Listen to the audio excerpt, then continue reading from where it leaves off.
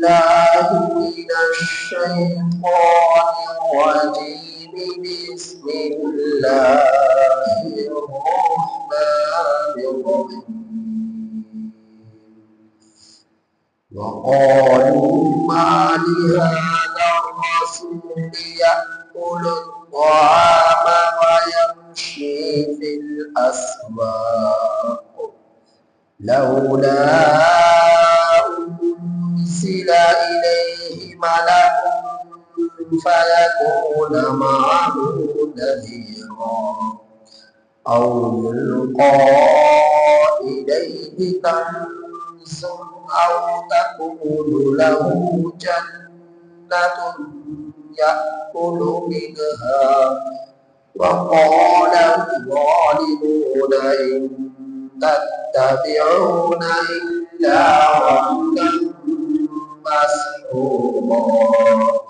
انظر كيف ضربوا لك الأمثال فضلوا فلا يستطيعون سبيلا.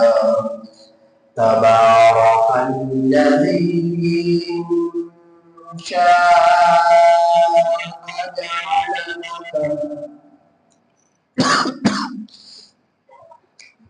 تبارك الذي إن شاء جعل لك خيرا من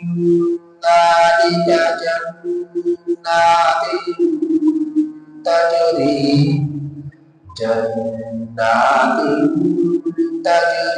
من تحتها الأنهار ويجعل لك قصورا. بل كذبوا بالساعة وأعتدنا لمن كذب بالساعة سعيرا. إذا رأوهم من مكان بعيد سمعوا لها تغيظا وزفيرا. وإذا ألقوا منها مكانا ضيقا مقرنين دعوا هنالك ثبورا. لا تدعوا اليوم ثبورا واحدا وادعوا ثبورا كثيرا. قل أذلك خير أم جنة الخلد التي وعد المتقون كانت لهم جزاء ومصيرا. لهم فيها ما يشاءون خالدين كان على ربك وعدا مسئولا.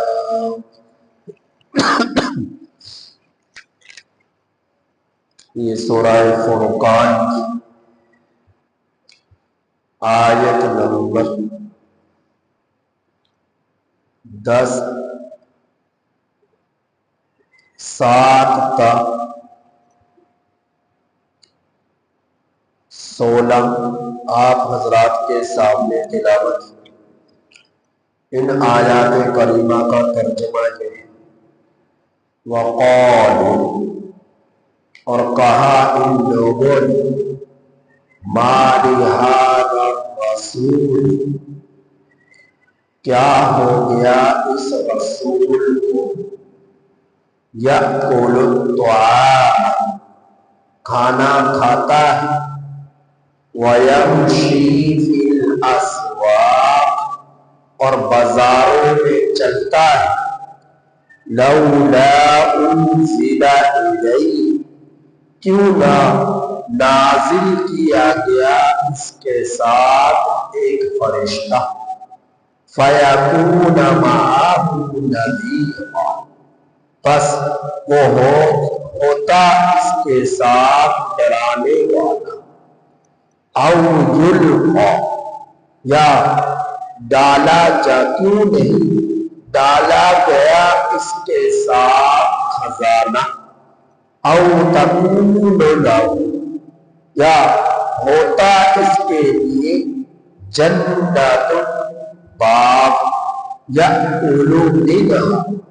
یہ اس باغ سے کھاتا، وقال الظالمون، اور کہا ظالمون، ان تتبعون، نہیں تم پیروی کرتے، الا رجلا مسحورا، مگر ایسے شخص کی جس پر جادو کیا ہوا ہے۔ انظر، دیکھ تم اے مخاطب، کیف ضربوا لک الامثال، کیسی بیان کرتے ہیں آپ کے لیے مثالیں، فضلوا، بس یہ لوگ گمراہ ہوں گے، فلا یستطیعون سبیلا، بس راستے کی طاقت نہیں پاتے۔ تبارک الذی، بابرکت ہے، برکت والی ہے وہ ذات کہ ان شاء جعل لک، اگر وہ چاہے بنا دے آپ کے لیے، خیرا من ذالک، اس سے بہتر، جنات، باغات، تجری من تحتها الانہار، کہ بہتی ہیں ان باغات کے نیچے سے نہریں، وَيَجْعَلْ لَكَ قُصُورًا، اور بنا دے آپ کے لیے محلات، کوٹھیاں، بنگلے، بل کذبوا، بلکہ ان لوگوں نے جھٹلایا، بالساعۃ، قیامت کو، وَأَعْتَدْنَا، اور ہم نے تیار کر رکھا ہے، لمن کذب، اس شخص کے لیے کہ جس نے جھٹلایا، بالساعۃ، قیامت کو، سعیرا، شعلہ مارنے والے عذاب کو، اذا رأتهم، جس وقت وہ جہنم ان کو دیکھے گی، من مکان بعید، دور کی جگہ سے، سمعوا لہا، یہ لوگ سنیں گے اس جہنم کی، تغیظا، شور، وزفیرا، اور جوش، وَإِذَا أُلْقُوا، اور جس وقت ان کو، مِنْهَا مَكَانًا ضَيِّقًا، جہنم میں تنگ جگہ میں ڈالا جائے گا، مُقَرَّنِينَ، جکڑے ہوئے بھیڑیوں میں، دعوا هُنَالِكَ ثُبُورًا، پکاریں گے یہ لوگ وہاں ہلاکت کو، لا تدعوا اليوم، نہ پکارو تم آج کے دن، ثبورا واحدا، ایک ہلاکت کو، وادعوا ثبورا کثیرا، پکارو تم بہت سی ہلاکتوں کو۔ قل، اے میرے محبوب صلی اللہ علیہ وسلم، آپ کہہ دیجئے، اذالک خیر، کیا یہ بہتر ہے، ام جنت الخلد التی، یا ہمیشگی کے باغات، جن باغات کا وعد المتقون، متقیوں سے وعدہ کیا گیا ہے، کانت لہم، ہے ان لوگوں کے لیے، جزاء، بدلہ، ومصیرا، اور لوٹنے کی جگہ، لہم فیہا ما یشاءون خالدین، ان لوگوں کے لیے وہاں وہ کچھ ہوگا جو یہ لوگ چاہیں گے ہمیشہ ہمیشہ، کان علی ربک، ہے تیرے رب کے میں وعدہ مسئولا، جس کا سوال کیا جائے گا۔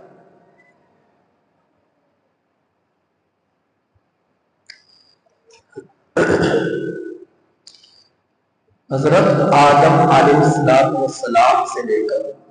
نبی کریم صلی اللہ علیہ وسلم تک کم و بیش 1,24,000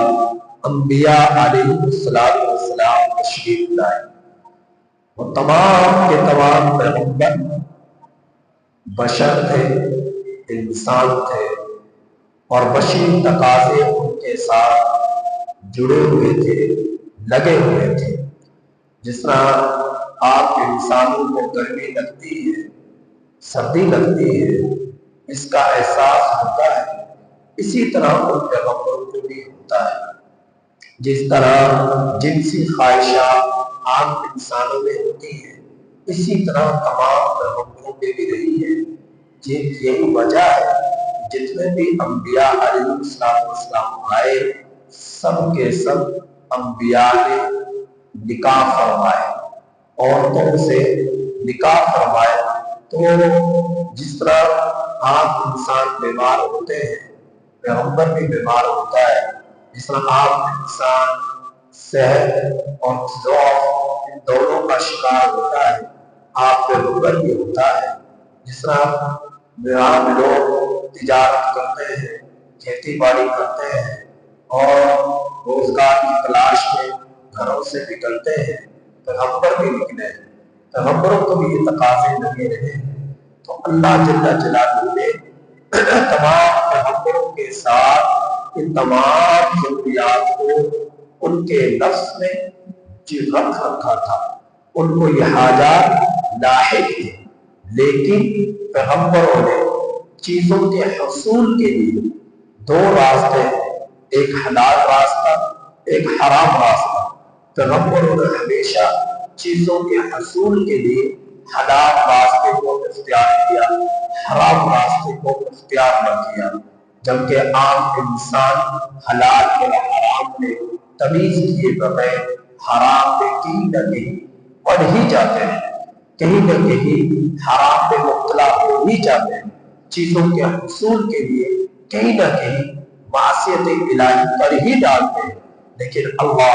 جل جلالہ کے پیغمبر، اللہ نے ان کو معصوم رکھا کہ ان میں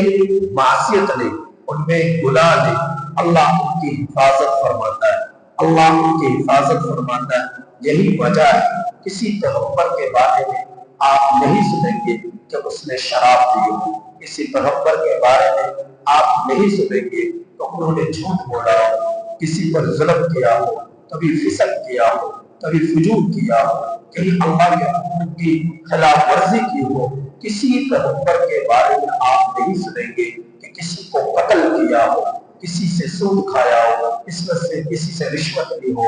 تمام کے تمام موٹی موٹی نمایاں چیزیں ہر شریعت کے اندر موجود رہی ہے۔ تو ہر زمانے میں ہر قوم کے پیغمبر، جس پیغمبر کی بعثت جس قوم کے لیے ہوئی، اللہ جل جلالہ نے ان انبیاء کی، ان پیغمبروں کی، ان رسولوں کی، ان نبیوں کی ہر طرح کی خرافات، ہر طرح کی معصیت، ہر طرح کی برائی سے اللہ جل جلالہ نے ہر طرح کے شیطانی کاموں سے ان کی حفاظت فرمائی، ان کے وجود کی سر سے لے کر پاؤں تک وہ محفوظ ہی رہے، محفوظ رہے۔ اب رہی بات کہ وہ کیسے زندگی گزارتے ہیں، تو آپ دیکھیں میرے پیغمبر کی زندگی کو کہ اللہ کے رسول صلی اللہ علیہ وسلم سے ایک شخص جس کا نام عبداللہ ابن ابی الحبشہ ہے، جو بعد میں صحابی بنے، میرے نبی سے کوئی سودا کرتے ہیں اور کہتے ہیں کہ میں بعد میں آپ کو قیمت لا کر دیتا ہوں، میں آپ کو قیمت لا کر دیتا ہوں۔ اللہ کے رسول صلی اللہ علیہ وسلم نے فرمایا ٹھیک ہے، میں ادھر ہی کھڑا ہوں، تم آ جاؤ۔ اب عبداللہ بن ابی تاجر شخص تھا، مصروفیات زندگی تھی، وہ گیا اور بھول گیا۔ 3 دن کے بعد یاد آیا، واپس لوٹ کر آیا تو نبی کو نہیں پڑ پایا۔ میرا آپ جیسا انسان ہوتا تو دن بھر میں نہ معلوم کتنے باتوں کے خلاف ورزی کر ڈالے، لیکن اللہ کے رسول صلی اللہ علیہ وسلم نے جو وعدہ فرمایا 3 دن سے وہیں پر کھڑے رہے۔ اور جب وہ شخص آیا اور کہا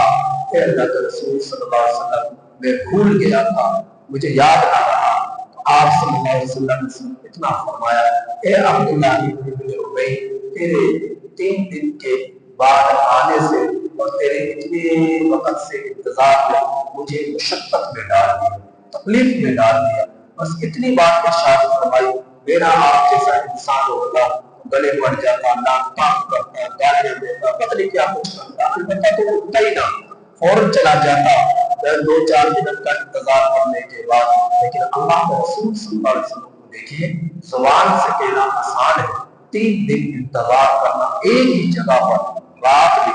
دن بھی۔ کیا میں اور آپ چند گھنٹے بھی کسی کا انتظار کر سکتے ہیں؟ اس شخص سے وعدہ کیا اور اس وعدے کی بنا پر کہیں پر کھڑے رہے، نامعلوم کہیں ایسا نہ ہو کہ چلا گیا تو پیچھے سے آ جائے، تکلیف میں پڑ جائے، دوسرے کی تکلیف کا احساس رہا اور اپنے آپ کو تکلیف میں ڈال دیا۔ حضرت اوزا رضی اللہ عنہ اللہ رب العزت کے صحابی ہے، نبی کریم صلی اللہ علیہ وسلم کے صحابی ہے، آپ صلی اللہ علیہ وسلم سے کوئی چیز خریدتے ہیں، آپ صلی اللہ علیہ وسلم نے کوئی چیز کو انہیں چیز کو بیچتے ہیں، اور آپ صلی اللہ علیہ وسلم سے بھی اس نے کہا کہ مجھے رسید بنا کر دو۔ ظاہر ہے جب دوسری جگہوں سے خرید و فروخت ہوتی ہے، رسید بناتے بطور ثبوت کے، تو آج کے دور کے اندر بھی رسیدیں بنتی ہیں، رسیدیں کرتے ہیں، بل تیار ہوتے ہیں، تو آپ صلی اللہ علیہ وسلم سے بھی اس طرح رسید بنائی گئی۔ اب میرے پیغمبر لکھنا تو نہیں جانتے تھے، ایک شخص سے کہا کہ یہ لکھ دو تحریر، اور آپ صلی اللہ علیہ وسلم کی طرف سے وہ تحریر کو لکھا گیا اور اس شخص نے اس رسید کو لیا۔ تو جس طرح دنیا میں انسان چیزوں کی خرید و فروخت کرتے ہیں، خرید رہے، بیچ رہے، تجارت کر رہے، اللہ کے رسول صلی اللہ علیہ وسلم بھی تجارت کرتے رہے، آپ صلی اللہ علیہ وسلم خریدتے بیچتے رہے چیزوں کا۔ تو آپ صلی اللہ علیہ وسلم ایسا نہیں کہ میں آپ صلی اللہ علیہ وسلم کو نبوت مل گئی تو آپ صلی اللہ علیہ وسلم کو اب بھوک نہیں لگتی، پیاس نہیں لگتی، گرمی نہیں لگتی، سردی نہیں لگتی، ضروریات زندگی میرے نبی کے ساتھ وابستہ نہیں ہے، تو ایسی بات نہیں ہے۔ تو اللہ کے رسول صلی اللہ علیہ وسلم کو تمام نبیوں کو وہ ضروریات لاحق ہوتی ہے جو آپ انسانوں کو ہوتی ہے، بشری تقاضے سب کے سب انبیاء کو ساتھ جڑے ہوئے۔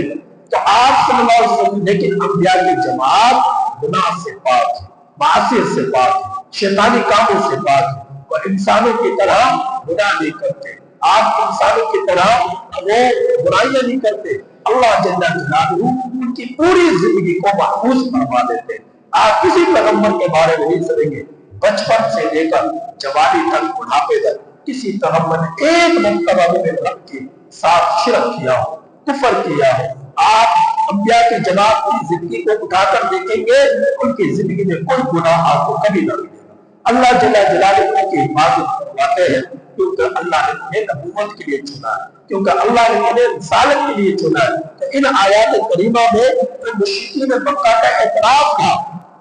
آپ صلی اللہ علیہ وسلم پر تنقید تھی، وہ جن باتوں پر تھی وہ آپ سنیں کہ انہوں نے کیا کہا، انہوں نے آپ صلی اللہ علیہ وسلم کے لیے کیا الفاظ استعمال کیے، کیا اعتراضات اٹھائے۔ تو میرے اللہ نے ان اعتراضات کا تذکرہ ان آیات کریمہ میں فرمایا،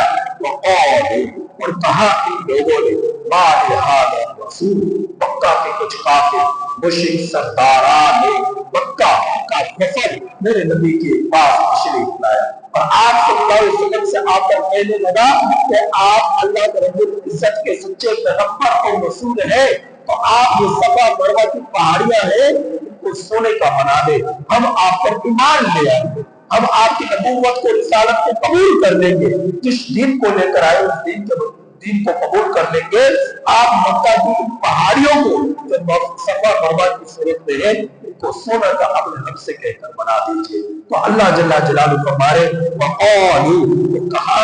لوگوں نے ما لہذا رسول، کیا ہو گیا اس رسول کو، یأکل الطعام، کہ کھانا کھاتا ہے، ویمشی فی الاسواق، بازاروں میں چلتا ہے، خرید و فروخت کر رہے ہیں میرے نبی، تجارت کر رہا ہے میرا نبی، اور میرے نبی کو بھوک لگتی ہے، کھانا کھاتا ہے۔ ان کا اعتراض ہوا یہ ہمارا جیسا کھانا کیوں کھاتا ہے، جس طرح ہم کھاتے ہیں کیوں کھاتا ہے، جس طرح ہم بازاروں میں خرید و فروخت تجارت کر رہے ہیں یہ کیوں کرتا ہے، اس کو تو ان چیزوں کی ضرورت نہیں ہونی چاہیے۔ لولا انزل الیہ ملک، کیوں نہیں اس کے ساتھ وہ فرشتہ نازل ہوا کہ آج دنیا کے کسی وزیر مشیر، کسی صدر اور کسی جو ہے بڑے صاحب کے پاس کوئی منصب مل جائے، اس کے آگے پیچھے گاڑیاں ہوتی ہیں اور اس کو راستے کو صاف کیا جاتا ہے اور لوگوں کو بتایا جاتا ہے فلاں سرور صاحب آگے